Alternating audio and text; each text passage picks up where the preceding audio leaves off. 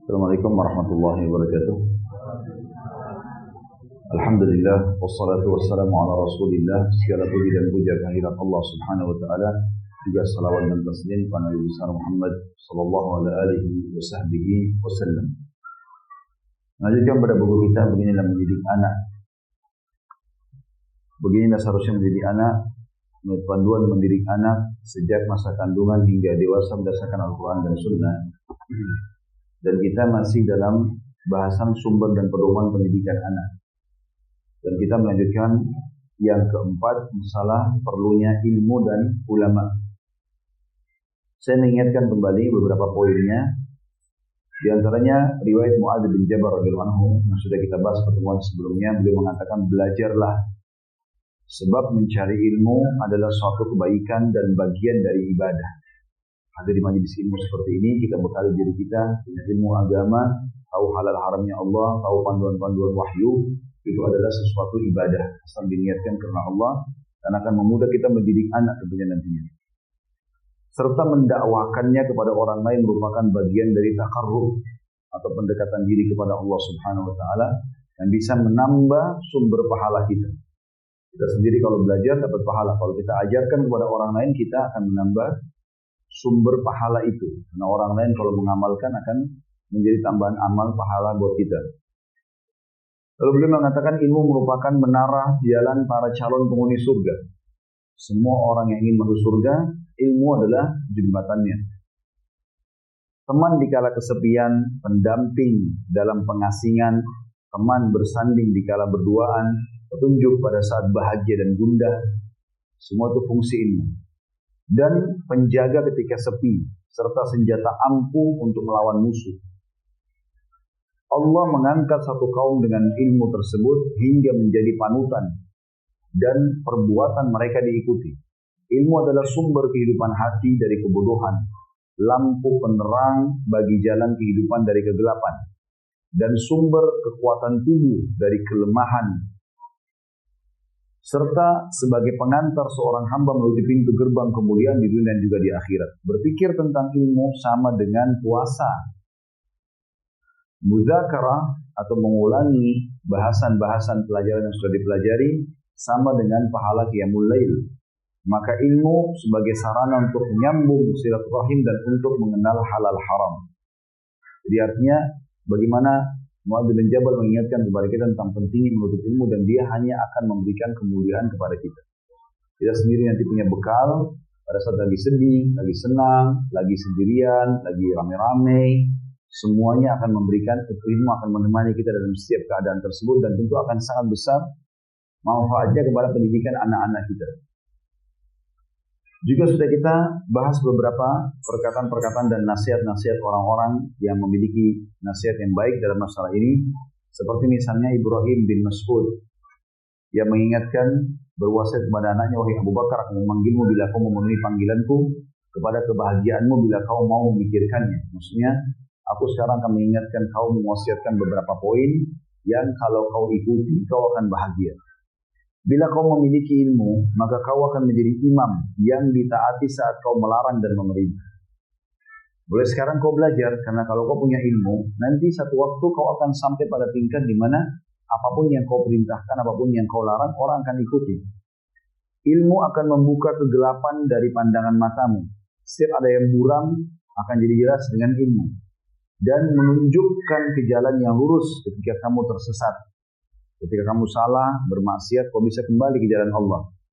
Ilmu memberikan mahkota dalam hidupmu, dan kamu akan berpakaian keindahan walau kamu sedang telanjang. Artinya dengan ilmu tersebut, walaupun kau sedang sendiri dalam kamar, tidak berpakaian atau hanya dengan pasangan hidupmu, tetap kau akan mulia dengan ilmu itu. Kau akan dipandang mulia oleh pasangan hidupmu. Kemanfaatan ilmu akan selalu kau raih selagi kau masih hidup. Artinya dia akan terus memandumu, dan nama besarmu akan selalu dikenang ketika kau sudah tiada. Karena dinukil perkataan si fulan mengatakan begini, si fulan melakukan begini. Ilmu adalah pedang tajam yang tidak pernah meleset. Ia akan mampu menebas semua musuh bila kau menghendaki. Maksudnya dengan kau punya ilmu, kau akan punya argumentasi yang kuat untuk mengalahkan orang-orang yang tidak menyenangimu. Harta simpanan yang tidak kenal punah dan habis. Nah, kalau materi akan hilang dan dibagi.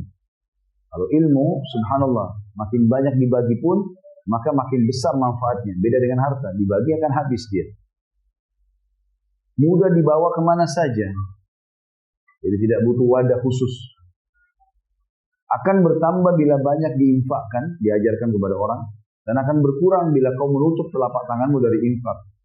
Maka dia akan berkurang kalau kau tidak amalkan dan ajarkan kepada orang. Jikalau kau sudah merasakan manisnya ilmu, maka kamu akan terus belajar mengalahkan yang lain dan bersungguh-sungguh.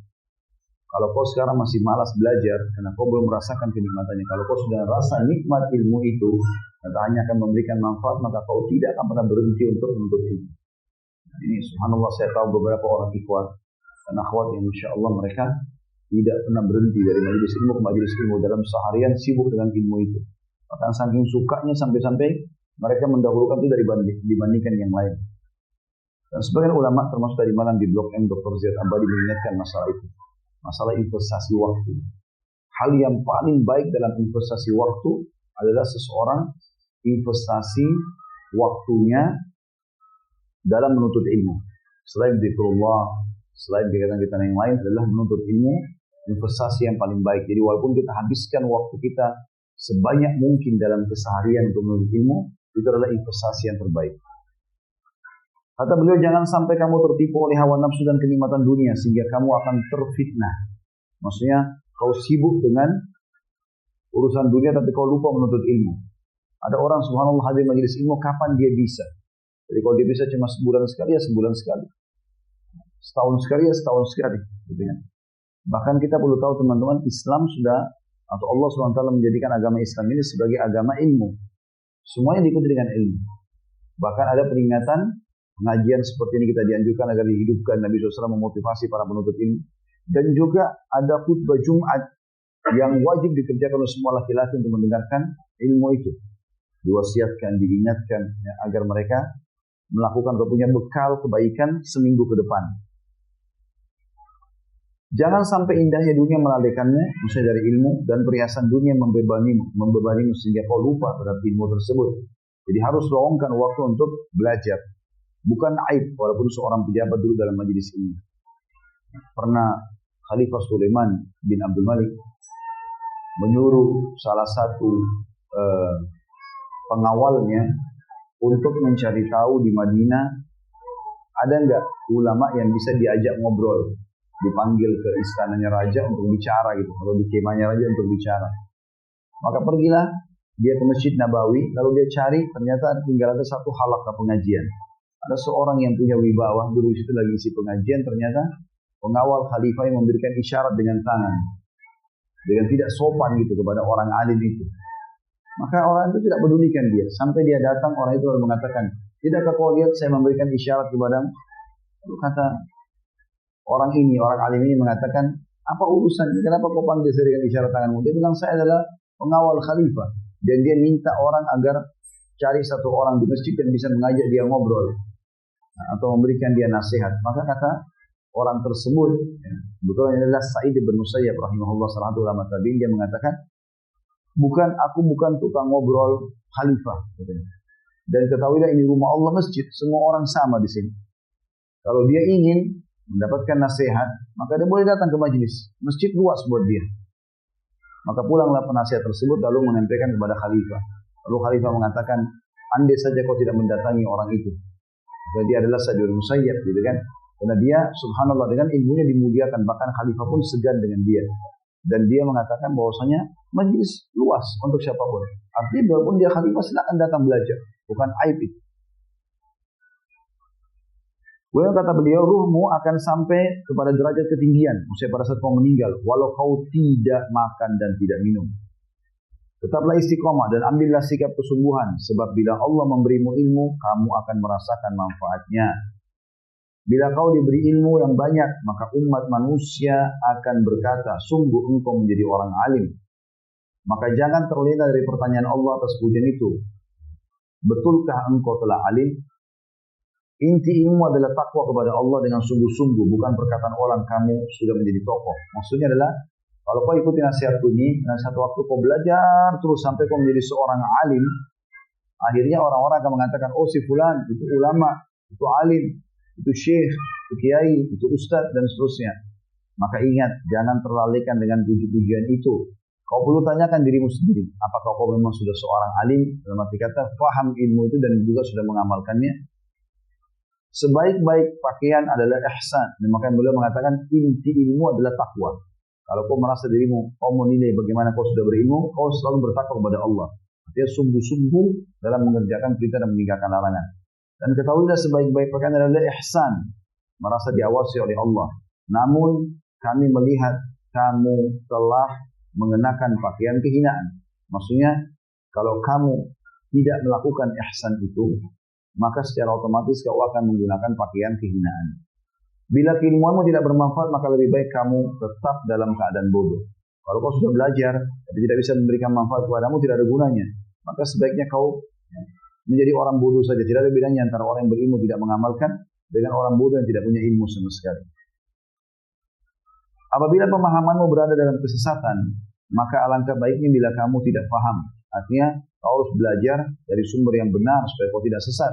Karena kalau kau luangkan waktu juga untuk belajar ternyata dari aliran sesat, pemahaman yang salah, maka akan bermasalah buat kamu, tidak akan manfaatnya. Suatu saat keilmuanmu akan berbicara di tengah umat dan akan ditulis orang apa-apa yang kamu sembunyikan. Dalam arti kata, kalau kau tetap dalam keadaan yang baik, ikhlas, maka nanti ilmu akan bermanfaat, ditulis oleh orang-orang dan dinukil tentang kamu. Imam Malik juga berkata tidak boleh mengambil ilmu dari 4 orang dan boleh dari selain mereka. Nanti kita akan lanjut hari ini dengan perkataan Imam Syafi'i ya. Ini terakhir yang kita bahas perkataan Imam Malik. Dia mengatakan tidak boleh mengambil ilmu dari orang bodoh dan hilang akalnya. Jadi tidak boleh kita belajar dari orang yang tidak paham bidangnya. Belajar dari orang yang punya bidang. Jadi misalnya kita mau tanya hukum agama, jangan tanya kepada teman kita yang tidak paham. Atau tanya kepada kerabat kita atau adik kita. Gitu. Atau maksud dalam masalah ini adalah bertanya pada orang yang bukan ahlinya. Misal kita sudah berumah tangga, bermusyawarah dengan orang yang belum berumah tangga. Ini nggak mungkin nyambung gitu ya. Atau kita ingin rumah tangga kita langgeng, masalah yang sedang kita hadapi kita ingin pecahkan, ternyata kita bertanya kepada janda dan duda yang cerai, yang gagal dalam rumah tangga, makanya tidak sampai pada tempatnya. Jadi tidak boleh mengambil ilmu dari orang yang tidak paham tentang bidang itu atau gagal. Yang kedua, tidak boleh dari ahli bid'ah. Ahli bid'ah yang mengajak kepada kebidaannya. Bid'ah adalah lawan sunnah. Mengajar-ngajarkan orang untuk berbuat ibadah tapi tidak punya rujukan wahyu. Yang ketiga, orang berdusta dalam meriwayatkan ucapan manusia. Artinya dia sering mengarang-arang. Jadi subhanallah kita ini teman-teman tidak boleh berdusta walaupun bercanda. Misal hanya untuk membuat orang ketawa misalnya. Itu tidak boleh sama sekali. Kalau orang ketawa kebetulan memang kena kisah yang benar, nyata tidak ada masalah. Tapi merekayasa ini adalah larangan dalam hadis Nabi SAW. Yang keempat, dan tidak boleh mengambil ilmu dari tokoh yang dianggap baik dan soleh, namun tidak bisa memilah di antara hadis yang dia sampaikan. Ya, artinya dia dikenal, tapi mungkin ada yang dinukil sama dia hadis yang tidak benar. Pada saat diingatkan tidak mau dengar, tetap ngotot dengan kesalahannya, ini tidak boleh diambil ilmu dari dia. Tapi kalau ada orang salah, umum banyak orang melakukan kesalahan misalnya, kalau diingatkan oleh dia kembali itu tidak ada masalah. Karena memang para ulama-ulama kita pun memiliki pendapat-pendapat yang memperbaiki pendapat mereka sebelumnya. Malik ibn Anas berkata, sesungguhnya ilmu itu adalah agama, maka lihatlah dari siapa kamu mengambilnya. Juga ada perkataan Badi'uz Zaman Al-Hamadani Badi'uz Zaman Al-Hamadani berkata, ilmu memiliki sasaran yang sangat jauh. Tidak bisa diburu dan diraih oleh orang tercela. Tidak bisa dilihat dalam mimpi. Tidak bisa dikendalikan dengan tambang. Dan bukan warisan nenek moyang. Maka ilmu ibarat sebuah tanaman yang tidak hidup kecuali di tanah yang dipelihara penuh kesungguhan. Atau diraih dari hujan taufik penuh dengan keberkahan. Atau dengan tabiat yang bersih dari penyelewengan. Atau semangat ruh yang terus menerus. Atau kesabaran sebagai siraman yang bermanfaat. Ilmu merupakan tujuan yang tidak bisa diraih kecuali dengan tersungkur di tanah liat, mengangkat sebongkah batu besar, mengusir perasaan jengkel dan kesal, mengarungi lautan yang sangat berbahaya, betah begadang, banyak merenung dan mengasah akal pikiran. Jadi nasihat Badi'us Salam ini sudah kita jelaskan sebelumnya, yaitu bagaimana orang kalau menuntut ilmu itu harus dengan serius, sungguh-sungguh, mendengar, ikhlas ingin mempelajarinya, menulis apa yang perlu ditulis, maka itu semua adalah hal yang bisa meraihkan orang pada ilmu tersebut. Tapi kalau orang malas, hanya sekedar kebetulan saja lewat, ya dianggap tidak penting, tidur, ini semua ini tidak ada manfaat yang diambil dari dia. Atau tidak akan ada manfaat yang didapatkan. Itu semua yang sudah kita bahas pertemuan sebelumnya, saya cuma reviewkan saja. Kita akan masuk pada slide ini, semoga Allah berkahi. Lanjutannya adalah statement Imam Syafi'i rahimahullah. Diambil dari Diwan Imam Syafi'i di halaman 74. Beliau berkata, aku melihat pemilik ilmu hidupnya mulia, walau dia dilahirkan dari orang tua terhina. Misalnya ada orang tuanya terhina, melakukan perbuatan-perbuatan dosa, maksiat, mungkin terkenal pezina, segala macam pencuri. Tapi anak ini hidup menuntut ilmu, sampai hanya menjadi seorang alim misalnya. Maka tidak akan berpengaruh keburukan orang tuanya pada dirinya. Berarti ilmu bisa mengangkat derajat orang, walaupun dasarnya lahir di tengah-tengah lingkungan yang buruk. Ia, kata Imam Syafi'i, terus-menerus terangkat hingga sampai pada derajat yang tinggi dan mulia. Kalau orang terus-menerus tidak pernah berhenti belajar, maka makin dia belajar, makin diangkat derajatnya. Maka terus saja dia naik pada tingkat-tingkat yang sangat tinggi dan termuliakan. Beliau mengatakan umat manusia mengikutinya dalam setiap keadaan, laksana pengembala kambing kesana kesini diikuti hewan peliharaan. Artinya orang akan jadikan dia sebagai panutan. Artinya orang ikuti semua apa yang dia lakukan, gerak-geriknya, dan itu bisa menjadi amal tambahan buat dia. Jikalau tanpa ilmu, umat manusia tidak merasa bahagia dan tidak mengenal halal dan haram. Dan sebaliknya, kalau orang tidak punya ilmu, tidak mau belajar, apalagi sudah saya jelaskan di awal bab kita ini, atau sub bahasan kita ini, ilmu tidak mengambil tempat atau ruang apapun di diri kita. Kalau kita tadi belajar, saya pernah jelaskan tadi, kalau kita belajar sekali begini, kepala kita jadi 2 kali lipat. Kita belajar 5 kali jadi lebih besar lagi. Mungkin sebulan kita belajar seperti masjid ini, besarnya kepala, mungkin wajar orang tidak belajar. Tapi nggak ada sama sekali. Sebanyak apapun kita ambil ilmu, maka tidak mengambil ruang apapun dalam diri kita. Dia hanya akan menambah manfaat, memberikan kemuliaan, baik diri kita sendiri jadi paham, atau orang lain pun akan memuliakan kita karena tahu kita berilmu. Belum lagi di sisi Allah Subhanahu wa Ta'ala akan dapatkan pahala yang sangat besar dan jalan ke surga tentunya. Imam Syafi'i juga berkata di dalam statement yang lain, di antara keutamaan ilmu kepada orang yang menuntutnya, semua umat manusia dijadikan sebagai pelayannya.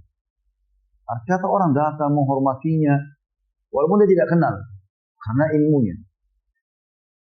Wajib menjaga ilmu laksana orang menjaga harga diri dan kehormatannya. Jadi wajib kita menjaga supaya punya jadwal pengajian, rutin kita hadiri, itu sama dengan Bapak Ibu menjaga nama baiknya. Karena dengan kita berilmu kita akan dihormati. Maka rutin menghadiri majelis ilmu, mendalaminya, menekuninya, serius dalam mengamalkan, maka itu adalah sama kedudukannya dengan menjaga harga diri dan kehormatan. Siapa yang mengemban ilmu kemudian dia titipkan kepada selain ahlinya, karena kebodohannya dia akan menzalimi.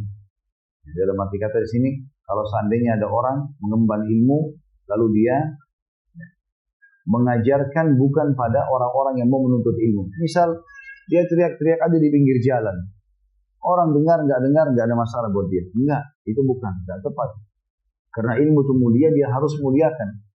Diadakanlah pengajian, Masya Allah seperti ini misalnya di sebuah masjid, disiapin tempat, ada panitia, disiapin tempat untuk perempuan, untuk laki-laki, mikrofon yang cukup, Masya Allah pendinginan yang cukup. Maka membuat ilmu itu sendiri orang jadi tertarik untuk datang dan belajar. Dan ini akhirnya memuliakan ilmu itu sendiri. Bukan orang membuangnya begitu saja, kata Imam Syafi'i rahimahullah. Jadi jangan juga kamu mengajar pada hal-hal yang tidak akan memberikan manfaat kepada ilmu itu sendiri. Beliau juga berkata dalam statement yang lain, wahai saudaraku, ilmu tidak akan diraih kecuali dengan 6 syarat. Dan aku akan ceritakan perinciannya di bawah ini. Cerdik. Maksudnya cerdas. Dia mau memahami, dia mencerna. Kalau tidak paham dia tanyakan, namanya cerdas. Perhatian yang tinggi. Perhatian yang tinggi ini masuk dalam, terlihat dari bagaimana upaya dia untuk menyiapkan perangkat-perangkat ilmu itu. Nah, kita sekarang bedah buku, dia beli bukunya. Ya. Kalau ada pulpen dicatat sama dia manfaat di sekitar bukunya, segala catatan-catatan tulisan dia. Oh ini ditambah dengan kisah ini, oh ini ditambah dengan hadis ini. Oh ini disebut ditambah dengan ayat dari surah ini misalnya. Yang pertama cerdik, yang kedua perhatian tinggi, yang ketiga sungguh-sungguh, serius dalam belajar. Dan itu orang sungguh-sungguh beda. Orang kalau ibu misalnya masak dengan sungguh-sungguh, dengan orang yang hanya sekedar masak begitu saja akan beda rasanya. Orang sungguh-sungguh itu akan menyiapkan semua bahan-bahannya yang berkualitas. Dia juga akan mengatur waktu masaknya. Dia juga akan mengatur penataannya.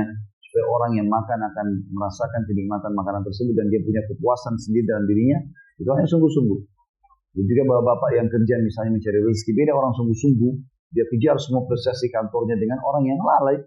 Asal datang kerja saja. Sebagai sebuah rutinitas atau dianggap supaya punya nama saja di tengah-tengah masyarakat. Maka akan beda orang sungguh-sungguh dengan tidak. Sama dengan menuntut ilmu. Butuh kesungguhan. Dalam arti kata, teman duduk, luangin waktu, segala macam. Yang keempat kata Imam Syafi'i, butuh bekal. Bekal masuk di sini, harta, waktu. Ya. Jadi kayak orang menuntut ilmu itu butuh uang. Beli buku, beli pulpen, bensin, kendaraan kayak kita sekarang. Berinfak apalah ya. Di kotak amal misalnya. Ada hal-hal yang dia butuhkan. Sampai sebagian salaf mengatakan tidak akan pernah bertemu antara orang yang malas dengan ilmu dan orang yang pelit dengan ilmu. Jadi tidak akan ketemu. Dia harus memang investasi di situ, waktunya dan juga hartanya. Kemudian yang kelima, bergandeng dengan guru. Dalam arti kata memang selalu memperhatikan guru yang mengajarnya, kemudian dia praktekin apa yang dipraktekin oleh gurunya tadi. Dan yang keenam terakhir adalah panjang masanya. Cukup dengan sekali dua kali. Jadi kalau Bapak Ibu bisa buat setiap hari, tidak ada hari tanpa ilmu, itu sangat bagus. Setiap hari pun kita belajar, teman-teman sekalian, bahkan beberapa kali pengajian kita hadiri, itu saja masih belum cukup. Apalagi kalau hanya sepekan sekali atau sebulan sekali. Itu pun dengan ngantuk, dengan tidur, tidak ada kesungguhan. Maka berarti tidak bisa itu. Saya berapa kali ketemu dengan beberapa orang ikhwah. Ada orang yang Masya Allah terus hadir di pengajian. Serius, nyatat segala macam, ikuti pengajian. Bahkan kadang-kadang dia tahu apa yang sudah disampaikan sebelumnya kalau saya tanya misalnya. Ada juga orang tidak. Dia berpikir karena pernah ketemu sama saya di pengajian, maka dia datang ngomong, oh Ustaz saya kemarin tidak sempat hadir karena ada kesibukan ini. Oh saya sudah 3 kali hadir karena ada kesibukan ini. Cuma bilang sama mereka, kalau selalu bahasanya kesibukan, maka kita tidak akan pernah habis dari kesibukan.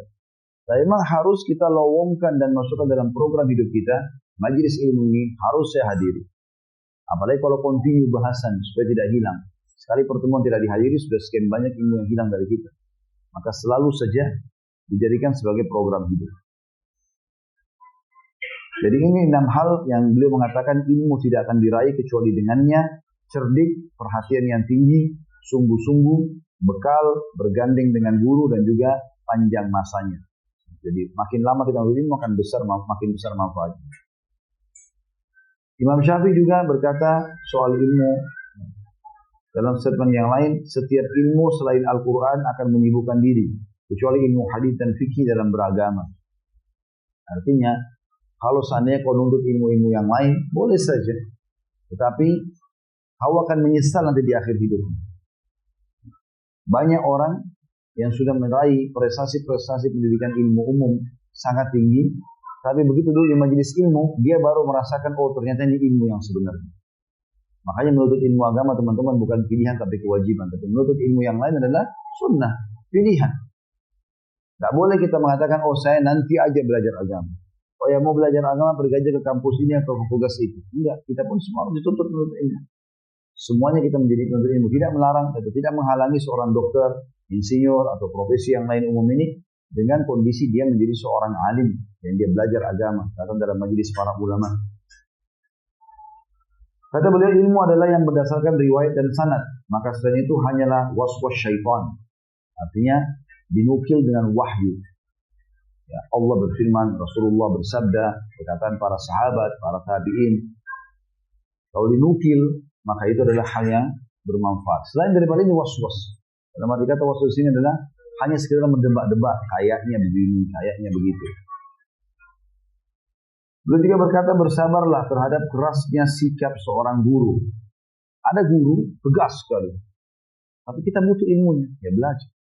Ada guru yang lembut, mungkin suaranya tidak terlalu terdengar kadang-kadang, kita butuh lebih konsentrasi, kita sabar. Ya. Bersabar terhadap kerasnya sikap guru, memberikan banyak tugas misalnya, maka itu semua bersabar untuk mendapatkan ilmu. Karena dengan itu kita bisa mendapatkan manfaat. Ya. Ada seorang ulama hadis itu di zaman dulu ya, zaman tabi'in, itu kalau dia ngomong, mohon maaf ini, memang keadaannya begitu, dia bicara itu ludahnya sering kepercik kalau dia ngomong. Tapi muridnya banyak. Yang hadir situ adalah penuntut ilmu saja. Sampai mereka mengatakan, kami ingin untuk mendapatkan ilmu, karena biasa suaranya agak kecil, kami mendekat. Dan itu kemungkinan besar ya, mungkin memang karena ada penyakit. Tapi dia kalau ngomong sering membersihkan air ludahnya, sehingga akhirnya murid-muridnya pun terganggu dengan, tapi mereka bersabar. Karena memang ada ilmu yang dia ingin dapatkan manfaatnya. Pernah waktu ada satu orang datang untuk menuntut ilmu hadis ke Irak, kemudian ditemukan gurunya mereka lagi marah, ngambek nih. Nah, rupanya ada muridnya buat masalah, ngambek. Dia bersumpah atas nama Allah tidak akan mengajar sebulan. Ya. Maka setiap habis sholat biasanya dia ngajar, tapi ini nggak ada, diberhentikan ngajaran itu. Sungguh sampai sebulan baru dia mau ngajarin hadis. Ada orang datang dari Mesir waktu itu ke Irak, dia waktunya terbatas, dia mau belajar. Habis sholat dia tanya murid-murid di masjid itu, kenapa Syekh ini nggak kasih ilmu? Kata mereka, Syekh lagi marah sama kami. Dia bersumpah atas nama Allah tidak akan mengajarkan ilmunya 1 bulan. Dia bilang kalau 1 bulan terlalu lama. Maka dia dekat di Syekh, dia mengatakan, Syekh saya ini orang yang datang dari luar jauh, saya ingin mengantar Anda pulang. Dan dia bilang, saya ingin belajar agama, saya ingin belajar hadis. Kata Syekh, saya sudah bersumpah tidak akan mengajar selama sebulan. Lalu kata dia, kalau begitu Syekh izinkan saya mengantar Anda pulang. Diantarlah pulang, naik unta gitu kan. Ternyata orang Mesir ini membawa orang alim ini ke tengah-tengah padang pasir. Di tengah jalan diajak ngobrol sampai dia lalai, dia lupa rumahnya, pergi ke padang pasir. Lalu kata Syekh waktu dia kau bawa saya kemana? Dia bilang di padang pasir. Kenapa bawa saya ke sini? Dia bilang saya tidak akan antar Anda pulang sampai Anda mengajarkan saya 100 hadis. Kata orang itu. Kata Syekh, saya tidak akan ajar kepada kamu. Kata dia, kalau begitu saya tidak akan bawa Anda pulang. Anda tidak tahu lokasi ini. Saya akan biarkan Anda di sini.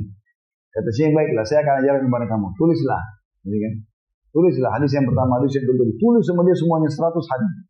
Setelah 100 hadis, dia antar pulang Syekhnya ini ke rumahnya. Tapi dia punya seorang teman yang dia tahu tinggal di jalan menuju ke pulang ke rumah Syekh ini, yang dititipkan. Dia tulis waktu itu di atas sebuah wadah batu kalau nggak salah atau kayu zaman itu. Maka dia titip kepada temannya, dia mengatakan titiplah, saya akan ambil nanti. Begitu tiba di rumahnya Syekhnya ini, Syekhnya teriak sambil mengatakan, wahai tetangga-tetanggaku, orang ini telah mengambil hadis palsu. Kata orang ini, saya tidak yakin Anda menyampaikan hadis yang palsu. Kemudian dia bilang, kalau gitu berikan apa yang kau sudah tulis. Dia bilang, tidak ada sama saya sudah berikan kepada orang lain.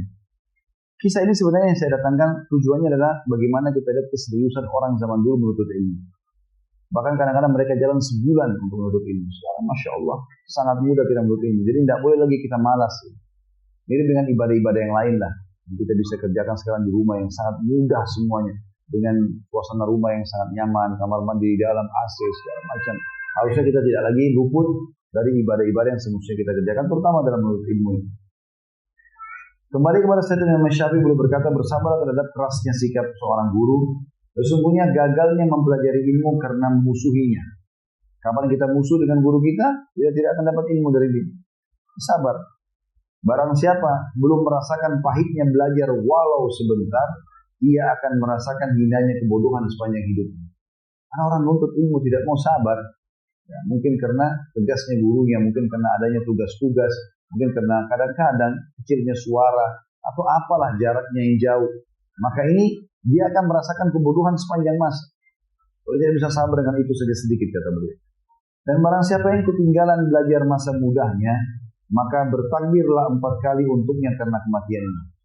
Kalau di masa muda dia tidak bisa pakai belajar, maka sama saja dia sudah meninggal dunia. Tinggal di sholat takbir 4 kali, maksudnya sholat jenazah.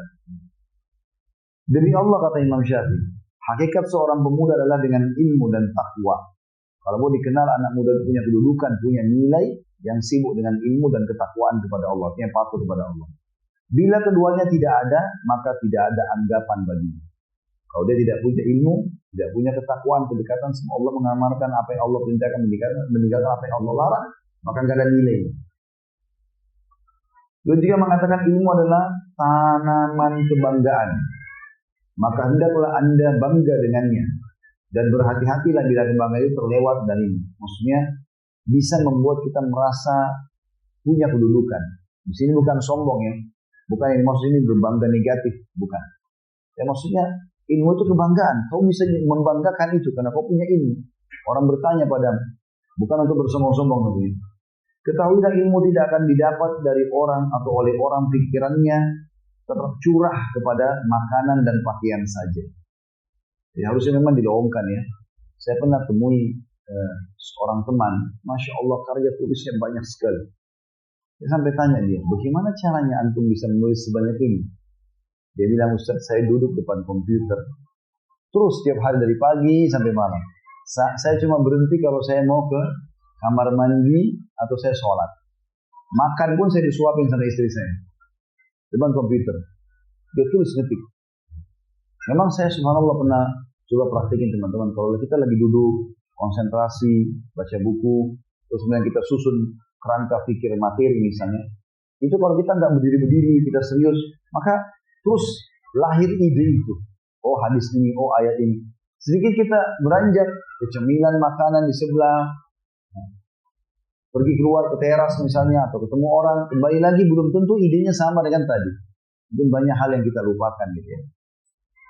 Maka kata beliau, ketahuilah ilmu tidak akan didapatkan dari orang yang pikirannya tercurah kepada makanan dan minuman saja. Tentu boleh makan dan minum. Tapi kalau bolak-balik, ada orang untuk baca satu lembar buku, butuh satu piring kacang untuk dimakan, atau 2 gelas teh.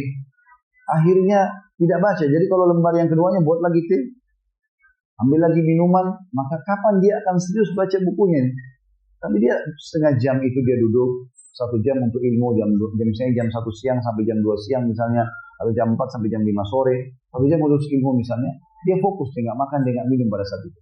Ataupun kalau ada darurat air untuk menghilangkan rasa hausnya saja, sekedarnya saja, maka itu mungkin bisa. Tapi kalau orang fokus bolak-balik, ada orang begitu Masya Allah, menuntut ilmu luar biasa, makanan cemilannya banyak.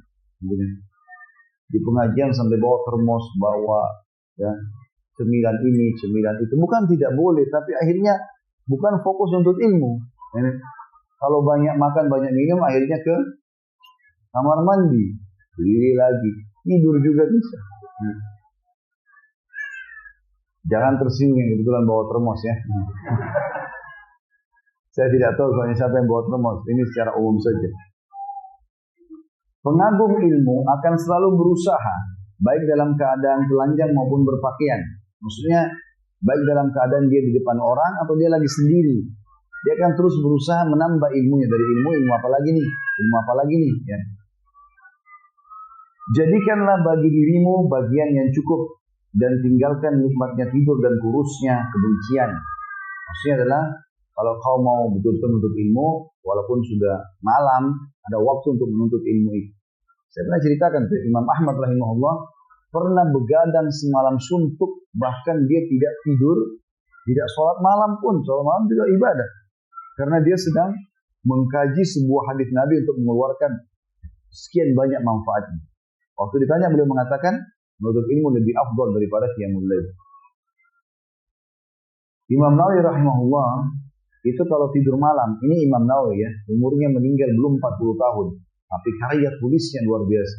Siapa yang tidak kenal dengan hadis Arba'in Nawawi, Riyadus Shalihin, buku-buku beliau, Majmu' An-Nawawi, banyak ya, buku-buku yang beliau tulis, rahimahullah, itu meninggal belum 40 tahun. Bahkan kalau tidak salah dalam kisahnya beliau tidak sempat menikah. Karena sibuknya dengan ilmu. Suka sekali majelis ilmu sana, majelis ilmu sini. Beliau satu hari itu belajar kalau tidak salah dari 13 orang guru. Jadi kayak bapak ibu gitu pengajian begini, tapi 13 ustadz satu hari.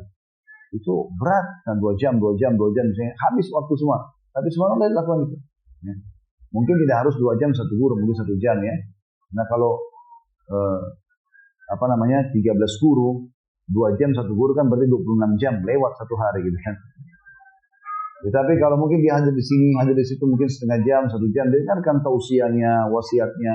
Maka itu besar manfaat. Dan Imam Nawawi rahimahullah kalau tidur malam tidak pernah diranjang. Kalau beliau ya kena cintain sama ilmu. Tidur sambil berdiri. Jadi dia kakinya satu yang kanan sandar di tembok, sama tubuhnya sandar tembok, kaki kirinya menopang tubuh. Sambil pegang buku terus tidur. Kalau beliau bangun, baca buku langsung. Lagi cintanya sama ilmu. Mungkin suatu hari kamu hadir di satu majelis, menjadi tokoh besar di tempat majelis itu. Mungkin satu waktu kau hadir dalam sebuah masjid, kau hadir sebagai pendengar. Tapi bukan mustahil satu waktu, kata Imam Syafi'i, kau akan menjadi orang yang dikenal di masjid itu. Karena terus ikut majelis, ternyata syekhnya meninggal, kau akan jadi penggantinya. Dan berapa banyak terjadi masalah itu. Ahmad Syauqi berkomentar tentang keutamaan ilmu dan pengajarnya. Berdirilah, kata dia. Itu ada putbah nomor 277 bagian buku di bawah. Rasulullah SAW bersabda, barang siapa suka dihormati manusia dengan berdiri di hadapannya, hendaklah dia menyiapkan tempatnya di neraka. Hadis riwayat Ahmad. Kata dia, berdirilah untuk gurumu dan penuhilah haknya dengan menghargainya. Sebab pengajar ilmu hampir setara dengan Rasul. Maksudnya adalah, kalau ada orang, dia pada saat masuk dalam sebuah majlis, dia berharap semua orang berdiri menghormatinya, ini kena ancaman api neraka. Tapi kalau ada orang memang, dia nggak pernah berharap itu. Tapi karena orang begitu melihat dia orang memuliakan orang berdiri, terutama kalau orang berdiri menghormati gurunya atau tamunya yang datang, maka itu berbeda. Kata beliau, nasihatnya berdirilah untuk gurumu. Kalau kau memang ingin mendapatkan ilmu darinya, agungkan dia dan penuhi haknya. Haknya adalah memberikan hak, misalnya makanan, minuman atau apalah, atau yang paling penting dalam masalah itu adalah mendengarkan nasihatnya. Dengan menghargainya, sebab pengajar ilmu hampir setara dengan Rasul, maksudnya tidak sampai derajat Rasul, tapi mereka membahasakan bahasa Rasul alaihissalatu wassalam. Maka kita seperti hadir dalam majelis Rasulullah SAW, tapi tentu tidak sama antara pengajar sama Nabi alaihissalatu wassalam. Tapi mereka penyambung lidah Nabi alaihissalatu wassalam. Aku tahu bahwa dia lebih mulia dan lebih tinggi dibanding orang yang membangun bangunan dan melahirkan jiwa dan akal. Artinya para ulama itu, orang yang menuntut ilmu dan akhirnya sampai pada tingkat itu karena ilmunya yang luas, lebih tinggi dibandingkan orang yang membangun bangunan. Walaupun namanya harum, ini building dibangun sama fulan. Dapatnya seorang ulama lebih besar dan lebih harum namanya. Maha suci Allah, sebaik-baik pendidik yang mendidik dengan kolam pada kurun yang pertama. Makna kurunnya waktu ya. Pada bagian buku ditulis terjemahnya itu. Kurun artinya waktu. Jadi Allah SWT pertama sekali menurunkan firman-Nya, Iqra bismillahirrahmanirrahim, khalaq. Bacalah. Maka dia mengatakan segala puji bagi Allah menjadi sebaik-baik pendidik yang telah mendidik dengan qalam, dengan pena. Engkaulah yang mengeluarkan akal dari kegelapan dan memberi petunjuk kepada jalan yang lurus dengan cahaya yang terang. Maksudnya Allah SWT. Sebagian akal engkau beri kotoran dan sebagian lagi engkau bersihkan cemerlang. Dia orang yang buruk memang pikirannya, Allah SWT berikan dia pikiran yang buruk. Misalnya dasarnya memang tidak mau belajar, benci dengan Allah SWT, benci untuk mengenal Tuhannya, benci untuk mengenal Nabi SAW, maka Allah buat pikirannya kotor. Dan kalau sebagian lagi ada orang yang memang mau mendengarkan, maka Allah cemerlangkan pikirannya. Engkau utus Musa, maksudnya Allah SWT, dengan membawa Taurat sebagai petunjuk manusia, dan kepada Ibnu Batul, maksudnya Isa alaihissalam, Injil. Setelah itu terpancar mata air risalah Muhammad SAW yang menyampaikan hadis dan pengajaran Al-Quran. Sampai sini selesai statementnya Ahmad Syauqi. Lalu kata penulis, para ulama adalah ahli waris para nabi, dan hendaklah para pendidik membiasakan anaknya agar bermulazamah. Mulazamah artinya selalu hadir di majelis-majelis para ulama, namanya mulazamah. Lazamah itu artinya selalu bersamanya. Saya ulangi, para ulama adalah ahli waris para nabi. Jadi seperti kita sedang mendapatkan manfaat langsung dari nabi. Maka hendaklah para pendidik membiasakan anaknya agar bermulazamah atau selalu bersama, menghargai dan menghormati para ulama, dan bersikap sopan dan rendah hati kepada mereka, serta bersegera untuk memberikan bantuan dan pelayanan kepada mereka. Perintahkan kepada anak-anakmu agar tidak berbicara keras dengan para ulama dan selalu bersikap lembut dan santun kepada mereka. Imam Ghazali menukil perkataan Yahya bin Mu'adz tentang keutamaan para ulama. Mereka lebih sayang kepada umat Muhammad SAW daripada bapak dan ibu kita. Beliau ditanya, bagaimana bisa seperti itu? Maka dia pun menjawab, karena bapak dan ibu kita hanya bisa menjaga mereka dari api dunia, sementara para ulama menjaga mereka dari api akhirat. Artinya, para ulama lebih sayang kita daripada ibu dan ayah kita. Kok bisa begitu? Ditanya kepada beliau. Beliau mengatakan karena ayah dan ibu hanya bisa menyelamatkan anak dari api dunia. Saya kalau dia mau kebakaran di dunia, diselamatkan. Ada celaka kejadian dunia, bisa diselamatkan oleh orang tua. Tapi para ulama, mereka bukan orang tua kita, tapi mereka bisa menyelamatkan kita dari api yang sebenarnya di akhirat. At-Tabarani meriwayatkan dari Tabarani dari Abu Umamah radhiyallahu anhu, dia berkata, Rasulullah SAW bersabda, Luqman berkata kepada anak-anaknya, wahai anakku, tetaplah kamu berada di majlis para ulama dan dengarlah petuah para ahli hikmah, sebab Allah menghidupkan hati yang mati dengan cahaya hikmah, sebagaimana menghidupkan bumi yang mati dengan air hujan. Artinya kalau kau duduk di dalam majlis ilmu, maka hatimu akan hidup, akan bersih, semangatmu akan berkembang. Kamu akan selalu terdorong untuk mengerjakan kebaikan-kebaikan, dan kamu akan termotivasi untuk meninggalkan keburukan. Itu manfaat majlis ilmu. Seorang penyair berkata, tadi itu riwayat Al-Tabarani dalam kitab Al-Kabir. Seorang penyair berkata, tidaklah bangga kecuali bagi penuntut ilmu. Jadi tidak ada sesuatu yang bisa dibanggakan kecuali ilmu yang dimiliki oleh penuntut ilmu itu. Karena mereka berada di atas petunjuk bagi orang yang ingin mencari petunjuk.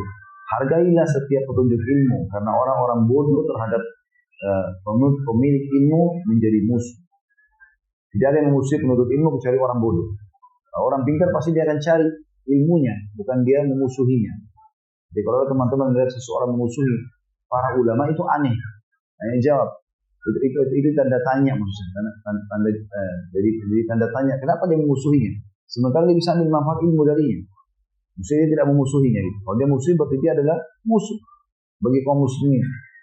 Raihlah kesuksesan dengan ilmu, niscaya kamu akan hidup terhormat selamanya. Maksudnya kejar ilmu tertinggi yang kau bisa, kau akan mendapatkan kehormatan. Dan semua umat manusia meninggal, sementara ahli ilmu selalu hidup. Ya, karena tentu dengan meninggalnya dia, ilmunya tetap bermanfaat. Jadi maksudnya tetap dia seperti hidup sedang mengajar. Wahai saudara, kata beliau, dekatlah dengan ilmu dan para ulama, dan biasakan anak-anakmu dekat dengan mereka semenjak masih kecil, agar mereka terbiasa dengan adab dan akhlak para ulama, sebab tidak akan merugi orang yang dekat dengan ilmu dan juga ulama. Ini sudah 2 pertemuan kita bahas sebenarnya, pertemuan sebelumnya dengan pertemuan sekarang tentang masalah keutamaan ilmu. Mudah-mudahan teman-teman sudah bisa mengambil pesannya ya, bahwasanya penting sekali menuntut ilmu, hadir di majelis para ulama, karena akan memunculkan kemuliaan dan kebaikan buat kita juga dan juga di akhirat itu. Yang kelima, sumber dan peluang pendidikan Islam adalah bersanding dengan orang-orang saleh.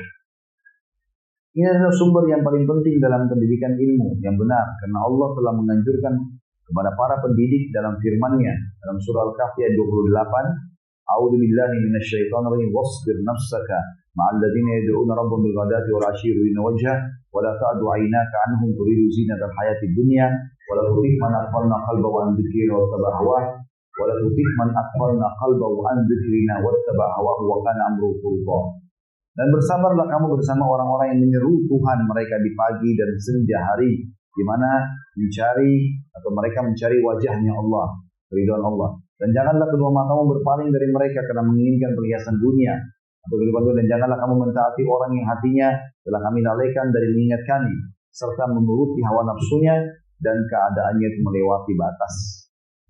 Di sini tentu agak berbeda. Kalau ada yang bertanya, Ustaz, apa bedanya antara bahasan poin 4, ya, belajar dari para ulama atau ilmu dengan bersama dengan orang-orang soleh?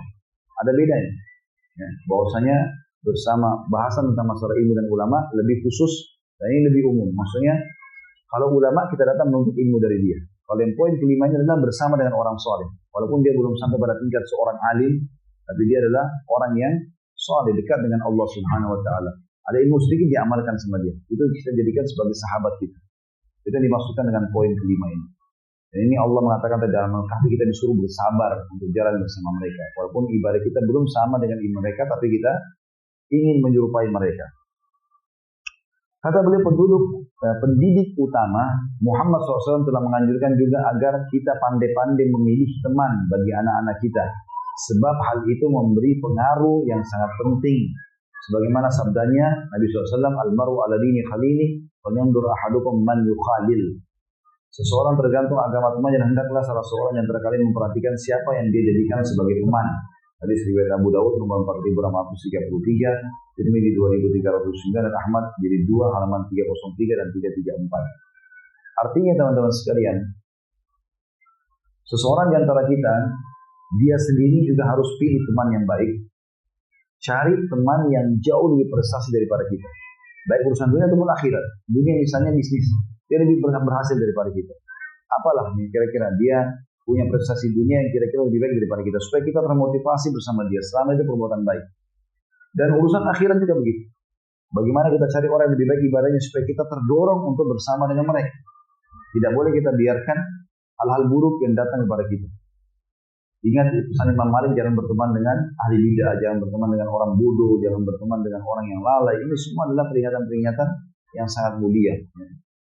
Juga dari sisi yang lain teman-teman sekalian, kita memiliki teman-teman yang baik buat anak-anak. Saya sudah dari awal buku ini membahas, jangan pernah kasih pilihan kepada anak. Bapak ibu yang pilihkan anak-anak. Mau makanannya, mau minumannya, mau pakaiannya, mau sekolahnya, mau teman-temannya, mau kendaraan yang dia akan pakai, bapak ibu yang pilih. Beli, ini nak, pakai. Masak, ini nak, makanan. Jangan kasih pilihan, nak mau makan apa, mau pakai baju apa, enggak usah. Bagaimana bisa kita umur 30 tahun, 40 tahun menanyakan anak yang 5 tahun atau 6 tahun? Enggak bakal nyambung. Kita lebih tahu makanan apa yang dibutuhkan oleh dia, minuman apa yang dibutuhkan oleh dia, pakaian mana yang paling layak buat dia, sekolah mana yang paling pantas buat dia. Bukan dia ini. Ya. Banyak kesalahan pendidikan di sini ya. Ini sering saya ulangi. Nah, kamu mau sekolah di mana? Dibawalah anaknya yang masih mau masuk SD ini, sekolah A sama sekolah B. Saya pernah kasih contoh dengan yang sekolah A temboknya warna hijau, sekolah B temboknya warna biru. Anaknya suka warna biru. Sekarang ditanya, nak, kamu sekolah yang mana? Yang itu ayah. Yang itu ibu. Kenapa? Dia suka warna temboknya saja. Dia nggak tahu jaraknya. Dia nggak tahu biayanya. Dia nggak paham kurikulumnya. Bagaimana bisa kita yang diatur? Kadang-kadang saya dengar begitu, suami istri jalan. Anaknya jalan di depan, mereka dua yang ikuti dari belakang.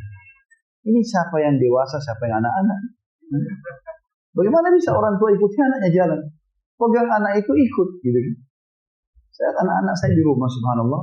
Mungkin kadang-kadang waktu saya tidak ada, istri saya mungkin berdidik dengan cara seperti itu. Kadang-kadang apa yang anak mau diikuti, kalau enggak nangis senjatanya. Begitu saya ada, berbeda, saya ubah semuanya. Ya. Kalau mau jalan sini, nggak boleh, jalan ke sini. Dia diam, jalan sekarang. Kalau enggak, berarti nggak akan ajak. Saya langsung bahasakan, ayah, saya tidak akan ajak kamu. Tapi dengan bahasa saya, berarti tidak akan mengajak. Maka dia akhirnya merasa terancam, dia ikut akhirnya. Saya mengubah pola itu, biasakan dia selalu ikut gitu. Dan saya ingat karena yang mengatur adalah orang tua, bukan anak-anak. Mereka dengar itu, kalimat itu selalu didengar. Sehingga mereka tahu, kalau saya ada, berarti saya yang mengatur. Mereka tidak akan ambil keputusan. Paling tinggi mereka cuma negosiasi. Boleh nggak berarti beli ini? Kalau saya bilang boleh ya, kalau saya bilang enggak, selesai. Mereka sudah paham. Dan itu sangat baik teman-teman. Kalau berhasil didik seperti ini, saya merasakan sendiri saya dengan ayah saya. Sampai hari ini, umur saya pun sudah 40 tahun sekian. Subhanallah, saya masih sering musyawarah sama ayah saya.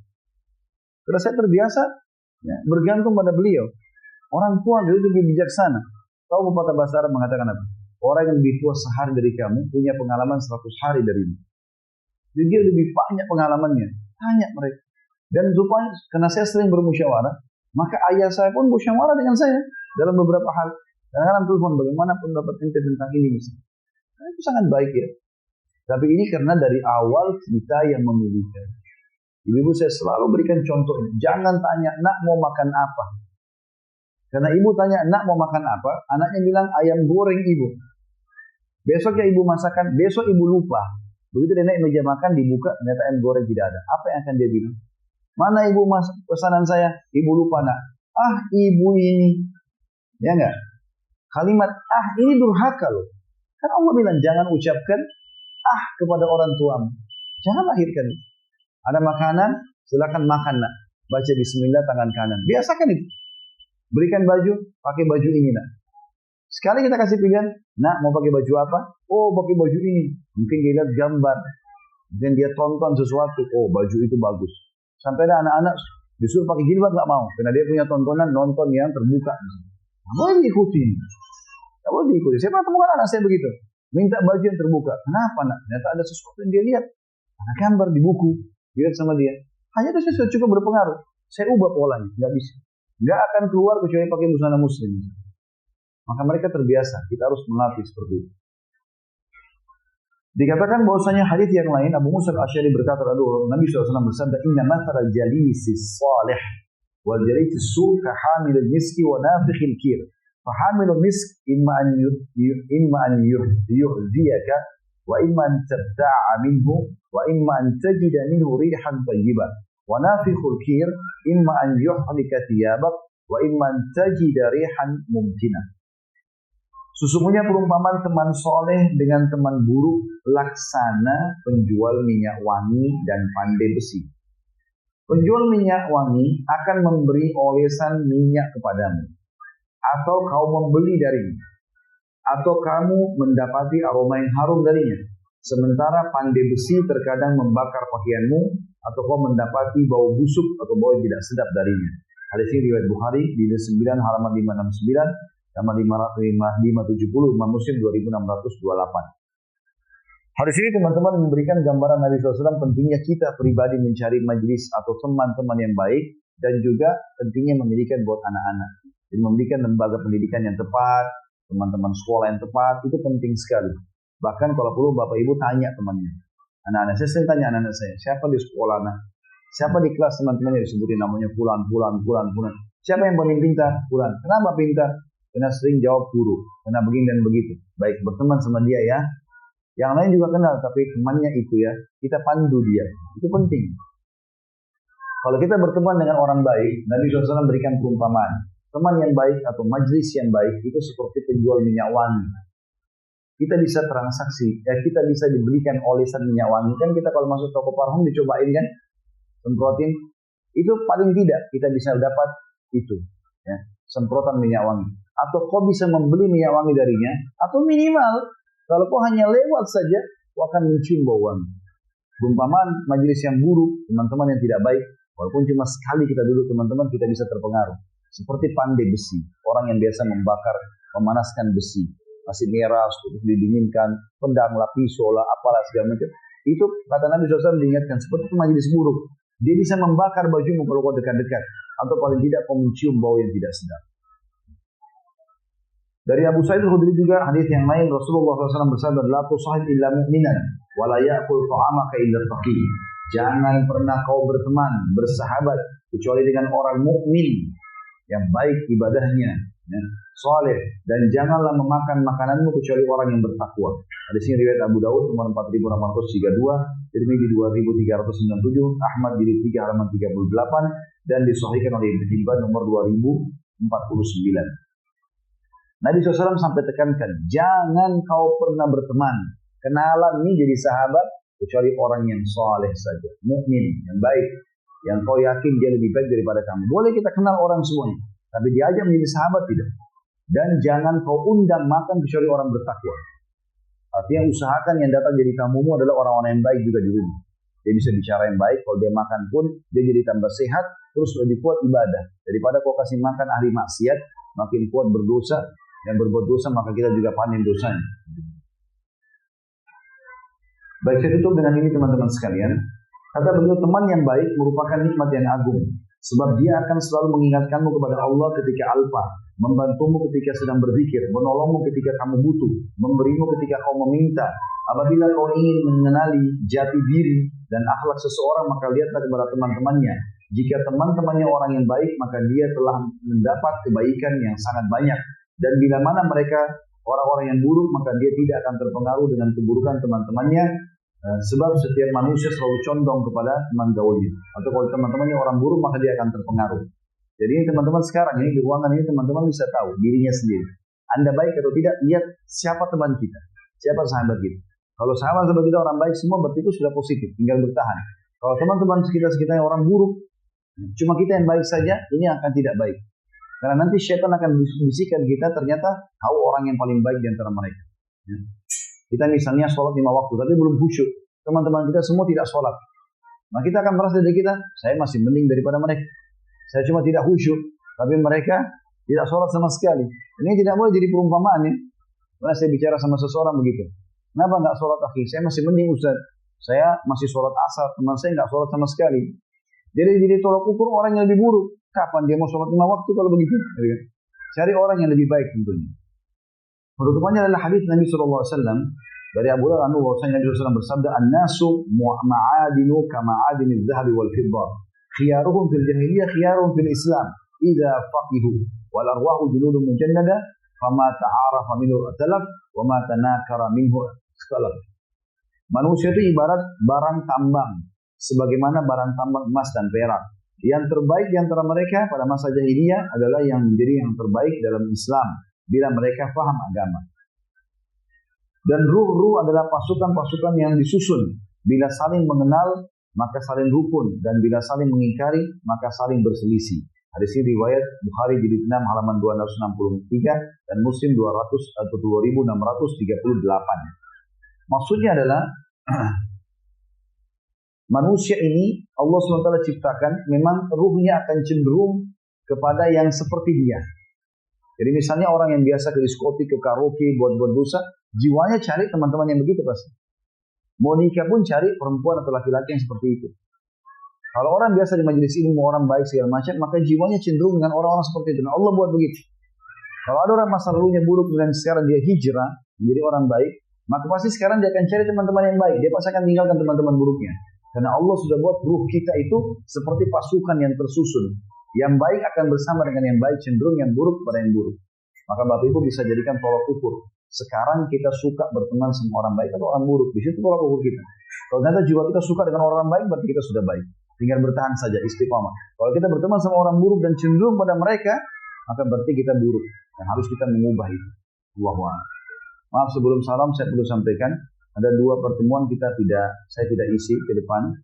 Karena ada turun dakwah saya di luar Indonesia insyaAllah. Setelah itu kita akan kembali nanti di awal Oktober ya.